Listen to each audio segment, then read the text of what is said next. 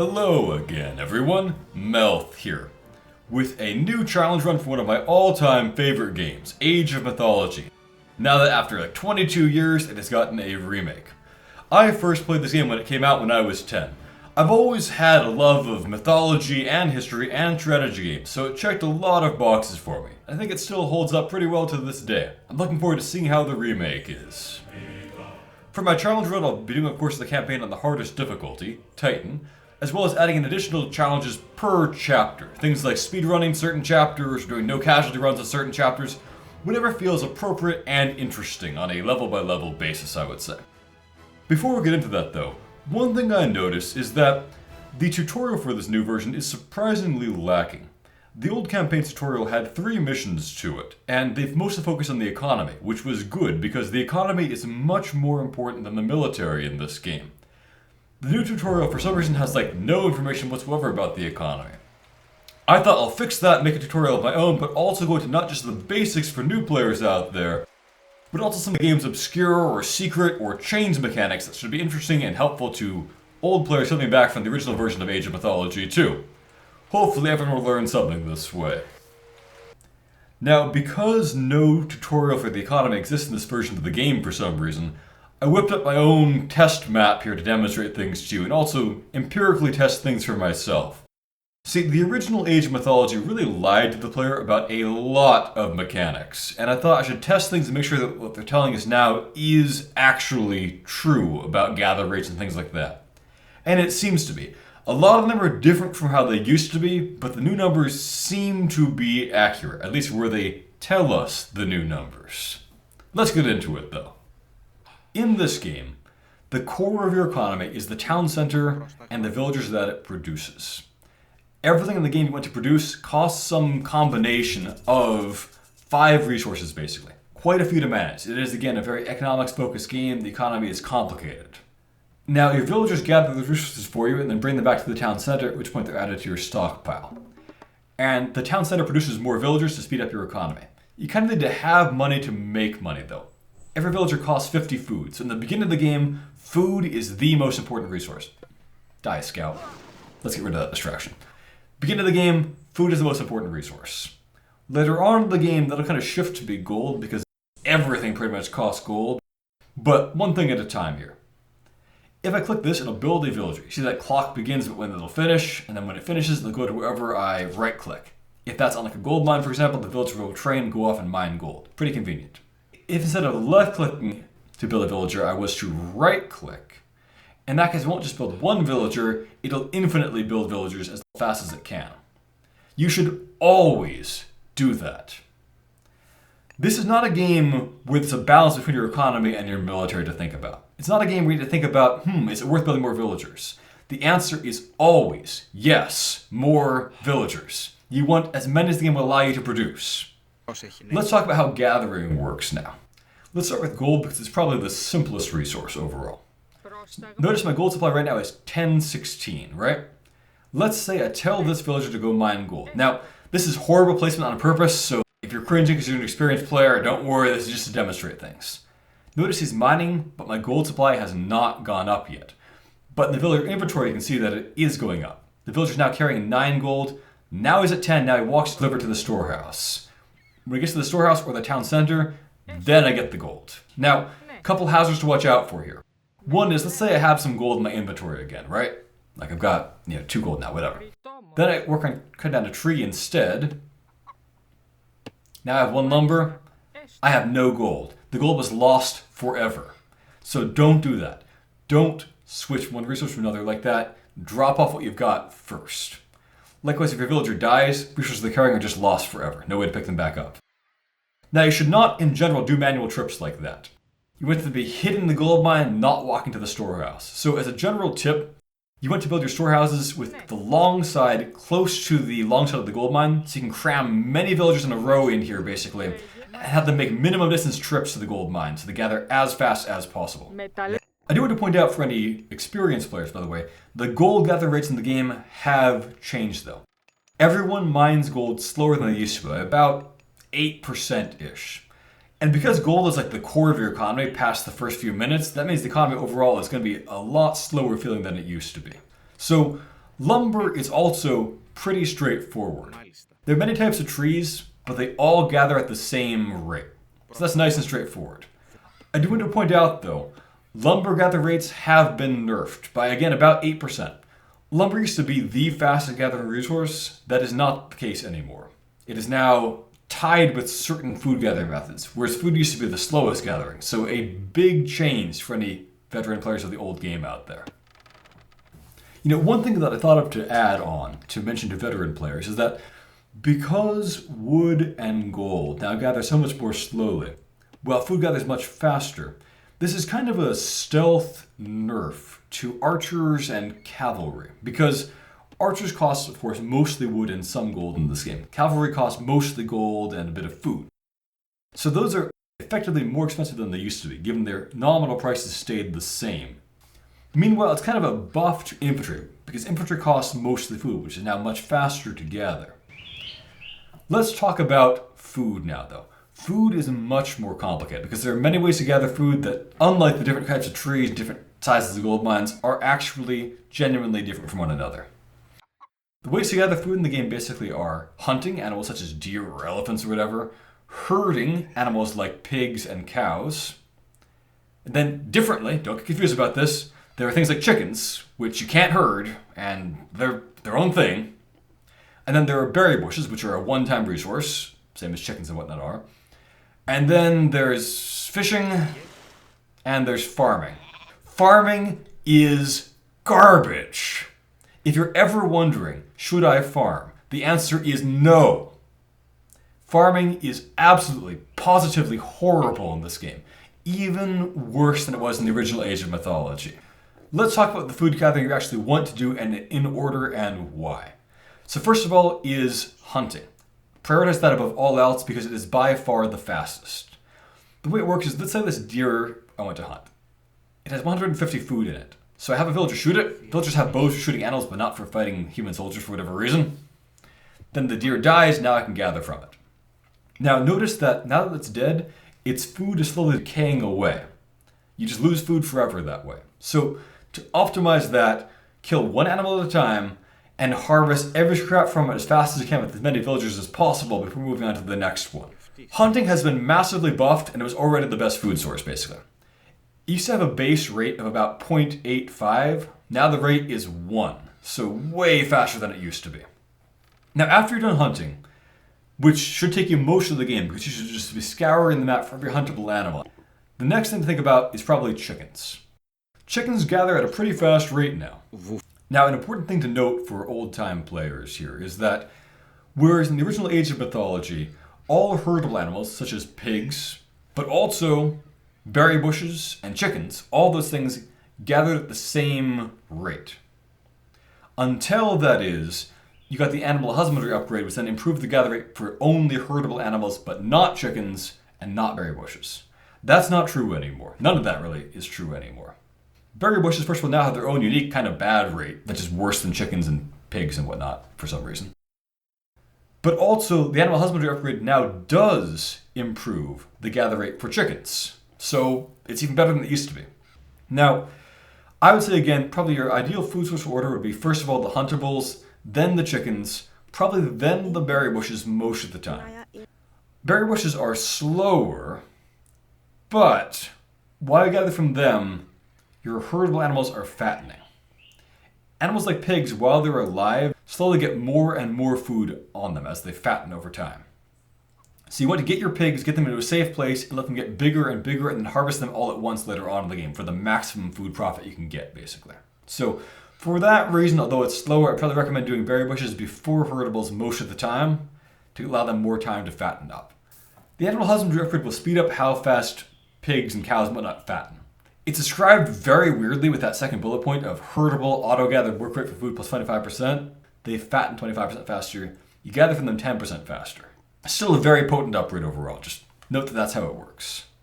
So having talked about huntables, chickens, berry bushes, and herdables in that order, that leaves one more worthwhile source of food to talk about. It starts with an F, and it is fishing.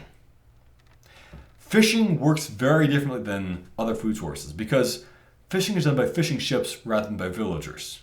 And food is dropped off back at docks, and also only one fishing ship can collaborate on a fish school at a time.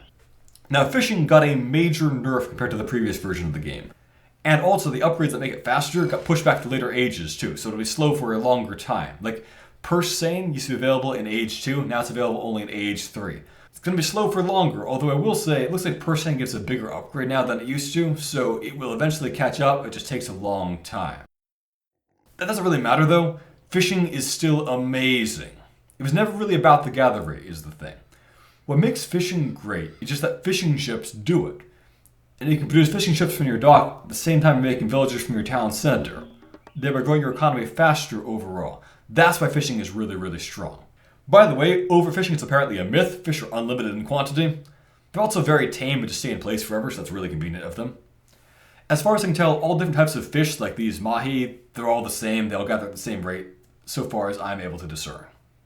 One thing to talk about is not all fishing ships are the same. The Egyptian ones in particular just kind of suck. With great reluctance, I will acknowledge that farming exists, but again, I must just emphasize, don't do it. It's a noob trap. If you're wondering should I farm, the answer is no. It's so awful, in fact, that bizarrely, the husbandry upgrade improves it more than doing plow does. Because the main limiting factor is how far you have to walk from the edge of the farm fields to the granary sometimes, rather than boosting the terrible rate by 10% with plow. So with that, we've talked about food, which is the most complicated by far, wood, and gold. Before we move on to favor and population, there's one more thing to say, which is that there is a reason I've been using only Greek villagers so far, rather than the other laborers and things like that placed on the map. And that is that they are not the same. In fact, not the same as they used to be either, necessarily. Norse gatherers, for some reason, are now just like 5% worse than Greeks at everything. And there's no, as far as I can tell, offset for that. The exception is, I guess, with dwarves, which are quite fast at gathering gold. And dwarves are probably a little bit better than they used to be. True, their gold rate is slower by about 5% or something like that. But so was everyone's gold rate. They also were cheaper and seemed to train a bit faster than they did in some versions of Age of Mythology too. Now, that leaves laborers, which are just, as they were before, just worse than the Greeks by 10% at like everything all the time. It's not really a change. You know, they're 10% worse than the old rates in the old game, 10% worse than the new rates in the new game, so they start off worse by default, and then having the Pharaoh empower makes them overall a little bit better at whatever thing he's empowering them to do. And just bear in mind, your fishing ships are also just bad. I could talk about Atlantean citizens now, but I think I'd probably better not. They are so different, I feel like they deserve their own video and some more tests before I really get into them. So let's move on to other topics next. So, let's talk about favor, our next resource. Every civilization gathers favor differently, which is a cool thing about the game. In fact, really, only the Greeks, gather it, per se, with their villagers. The way you do that is to have a villager worship at the temple, and that just gives you favor slowly over time while they do that. A few things to note about that. One is, the favor generation rate has been increased compared to the previous game by roughly 10%. The other thing to note, the game does not communicate all that clearly, is that there are major diminishing returns for gathering favor. If you have 2 people, you're not twice as fast at it, you're a little bit less than twice as fast. 3 people is a little bit less than 3 times as fast, and so on. Now, as far as I can tell, the diminishing returns do not set in quite as steeply as they did before, but I can't find accurate numbers about it. The important thing to know is just that beyond the first few villagers, your favor generation rate becomes really bad. It's probably not worthwhile. You probably want to have maybe 5 guys-ish.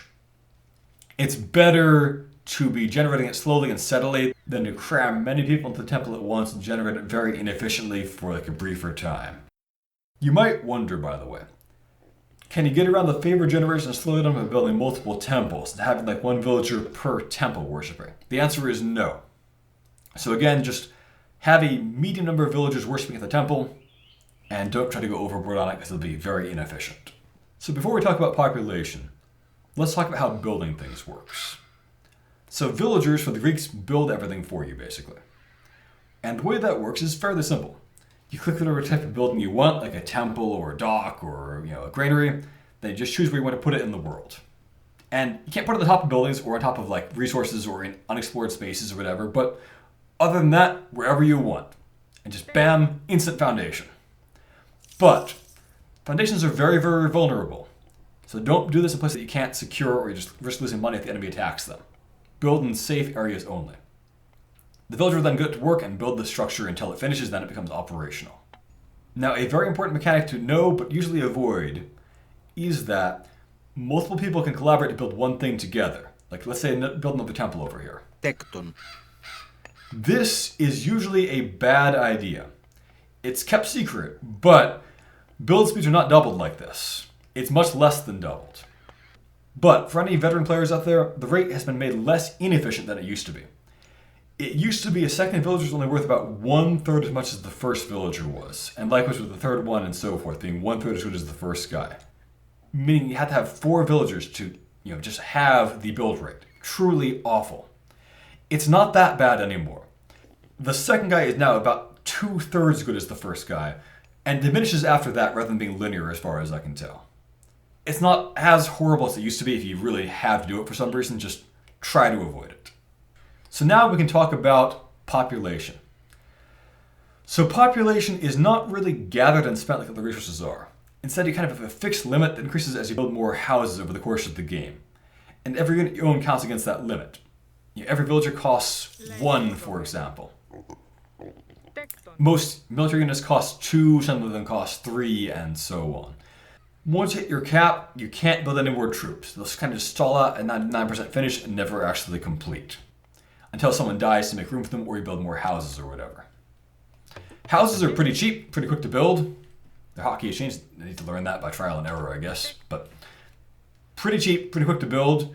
They've been changed, though, from the original version of the game. See, in the original game, you could only ever build 10 houses, at 10 population apiece. So that was 100 population, plus the town site was worth 15. So 115 was kind of your baseline population you could ever get to, unless you got more town centers, which is not always easy to do. Now, though, you can build 16 houses. That is a massive population increase, and will really change the game, I'm pretty sure. Now, before you can get into new town centers, to get even more population, you have to age up, which is the game's main kind of tempo-limiting mechanic, as well as being an important strategic choice. Let's talk about that. So, the game is divided into 4 main ages: Archaic, Classical, Heroic, Mythic. You advance in that order, and don't worry, unlike actors, you can't be de-aged ever. Aging up is done at your town center, and it costs a massive and increasing amount of resources. And so that's kind of a major choice you need to make, is when to age up, because it makes you weak in the short term, and then become stronger in the long term. It's a key risk versus reward mechanic that way. Now, when you age up, you need to choose a god, which is one of the most fun, interesting parts of the game. The choice is irrevocable. If you choose Athena now, you can never have Hermes on this mission, and vice versa. Each god gives you kind of a unique suite of powers and abilities and so forth. First of all, a one-time use for free god power that can eventually be reused at a high favor price. I don't know how often they'll really come up in this game. We'll see. They also give you one free myth unit, and then you can produce more of that myth unit from your temple, usually. And then they also give you a suite of upgrades for different units of various kinds. There's really no one right answer most of the time. It depends on your strategy and what you're overall trying to do. So that's pretty cool, I think. It's probably the best tech-up mechanic that I've seen in any RTS. One other thing I want to say that I like about this new version of the game, by the way, is that, unlike in the original, a lot of the upgrades seem to have special abilities to them, not just being generic 10% attack bonuses and things like that. So that should be pretty interesting to play with and see how things like more reach for your hoplite goes, or like Apollo's arrows don't just give you better damage, now give you line of sight and things like that too. So, should be pretty cool. I'm looking forward to seeing more of that in action and more special abilities in play. With that, I think I've given you a good overview of all the game's economic mechanics, as well as some of the secret ones. Let's turn to the military side of things with the actual tutorial. One thing I should probably talk about now, because people are always asking about it whenever I do a new series, is my beard is in 2 colors. People always ask about that. It's been that way since I was 13. You just blonde like most of my hair on one side, and sort of between white and platinum blonde on the other side. Physical peculiarities like that are how you can tell that I am a poorly written Gary Stu character in someone's fanfic version of real life, of course. Welcome to your first adventure in Age of Mythology. I think, so far, there are a lot of things I like about the new versions of the game. Cantos sent a scouting party. Athena's voice is one of the few things that I actively dislike.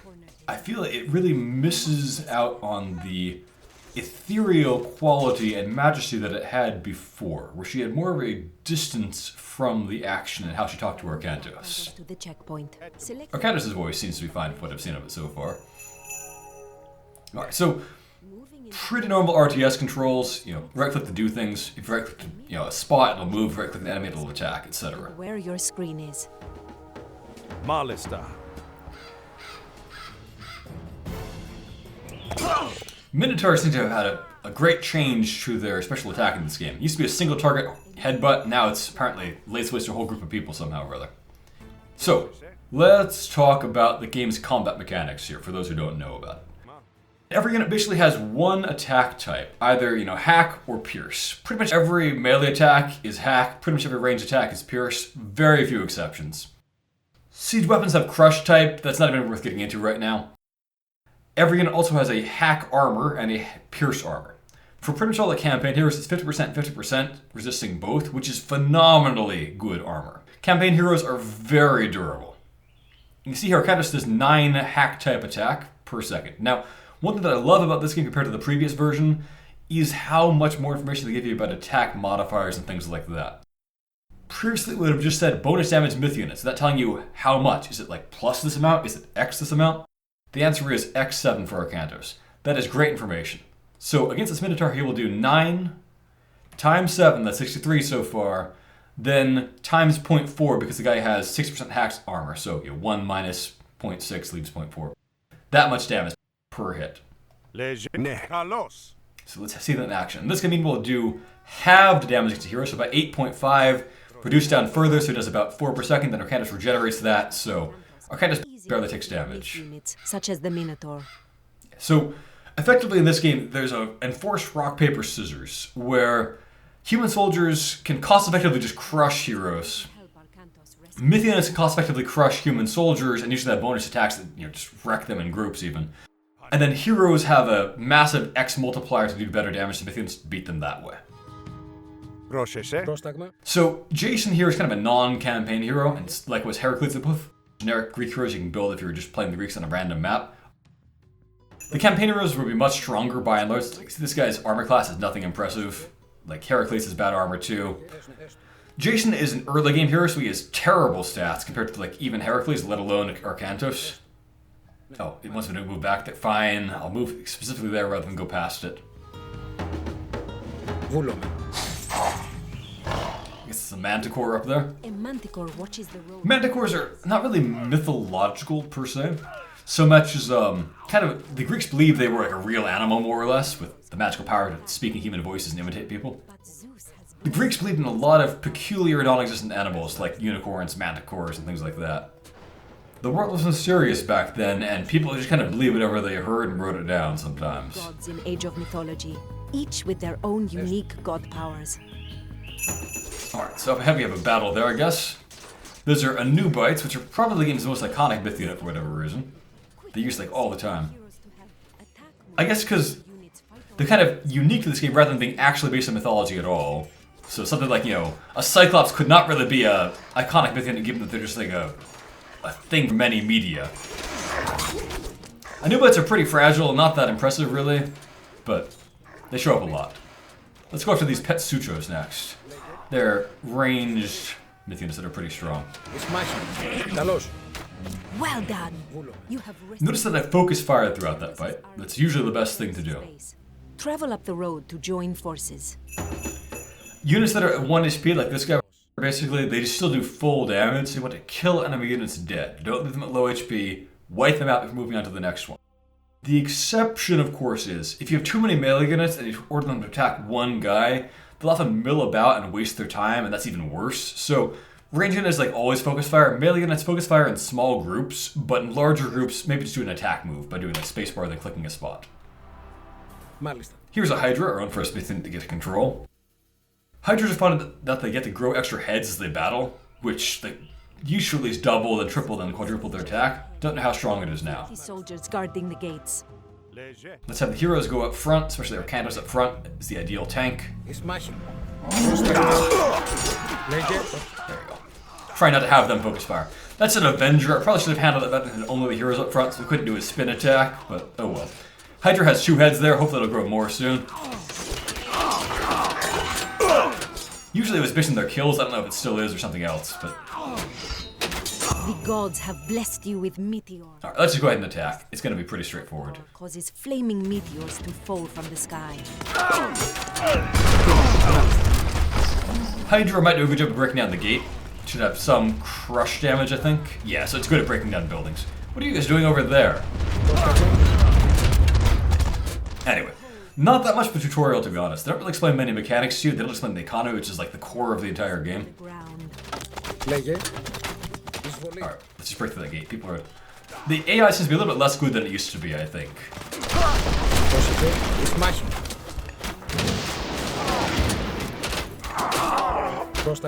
Let's just go for the town center to finish this off.